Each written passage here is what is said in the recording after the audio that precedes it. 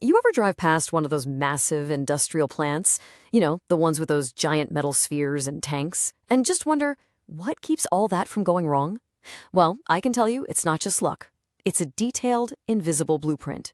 Today, we're going to pull back the curtain on one of those blueprints and see the hidden safety systems that keep our world running. So, where are we getting all this? Well, we're diving straight into the real deal, a genuine engineering standard from Saudi Aramco. This thing, SAES-B-057, is basically one of the most comprehensive rulebooks on the planet for this kind of thing. This isn't just theory. This is the exact step-by-step instruction manual for handling some seriously volatile stuff. And that really gets us to the heart of it, right? How do you safely contain what is basically an ocean of explosive gas? I mean, the stakes are just astronomically high. There is zero room for error. The answer? It's all about layers, layers upon layers of carefully thought out, engineered defenses. And just to be clear, we're not talking about your backyard barbecue propane tank. We are talking about massive, massive quantities of stuff like liquefied petroleum gas, LPG, and natural gas liquids. These are incredibly energy dense, which is what makes them so valuable. But that same property also makes them unbelievably hazardous if they get out. And that's exactly why this rulebook has to be so strict. So how does this blueprint build a fortress of safety? We're going to break it down. First, we'll look at the rulebook itself. Then, we'll see how the simplest defense of all, just pure distance, is so powerful. After that, we'll get into the moats designed to catch a spill, the smart tech that watches over everything, and finally, how it's all built to keep the people on site safe. All right, let's start with the rulebook itself. You've got a huge problem, storing dangerous materials. Well, this document right here is the engineered solution. So what even is an engineering standard? Think of it as the ultimate collection of best practices. It's all the hard-won lessons from decades of experience, all written down and made mandatory.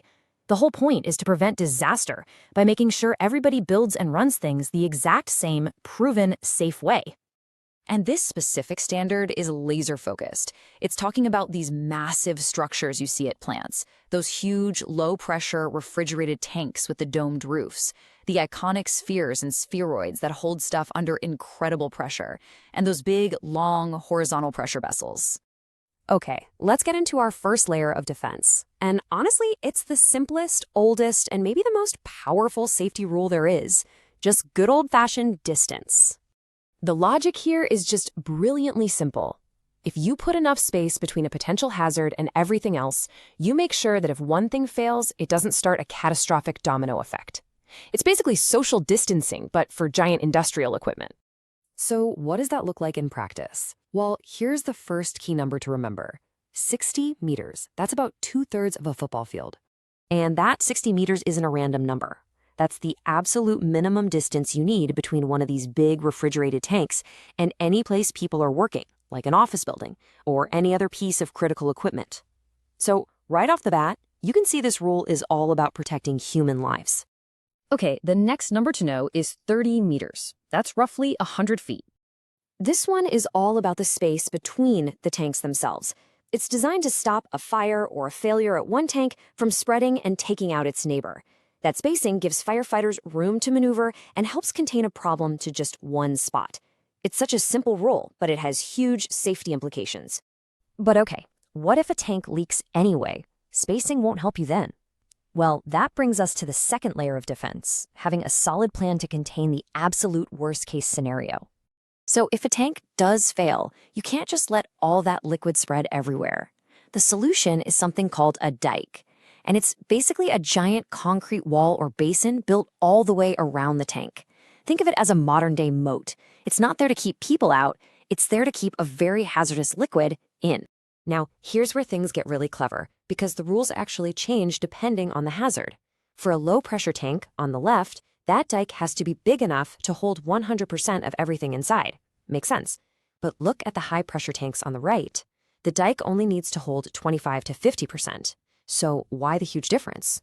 Well, because if a high-pressure tank leaks, most of it will instantly flash into a giant gas cloud.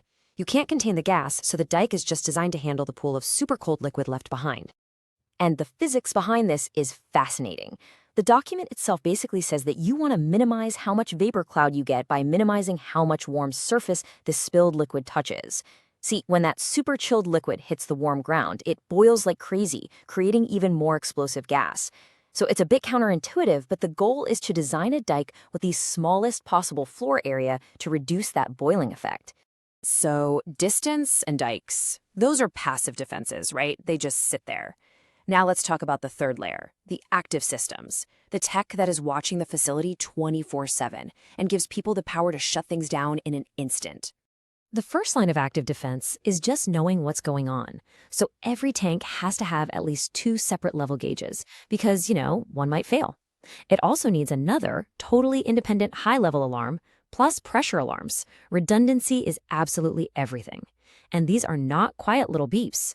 The rules say they have to be loud and distinct so an operator can never, ever miss a warning. Okay, so an alarm goes off. What happens next? That's where emergency isolation valves, or EIVs, come into play.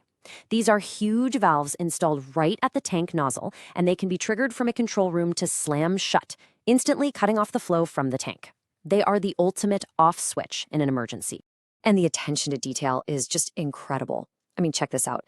This is the rule for something as simple as taking a product sample. It's a triple lock system. First, right on the tank itself, there's a valve that's designed to automatically close in a fire. Then the operator has their own quick action valve. And then there's a third valve, at least a meter away. That's what I mean by safety engineering down to the tiniest detail. Which brings us to our final layer of safety. And this one is all about the human element, the operators and the emergency responders who actually have to work in and around all this incredible equipment. You see, the standard makes it clear that you have to design for people. That means things like permanent stairways to get to important valves, not just flimsy ladders. It means building 6-meter-wide ramps over the dikes so heavy equipment can get in for maintenance.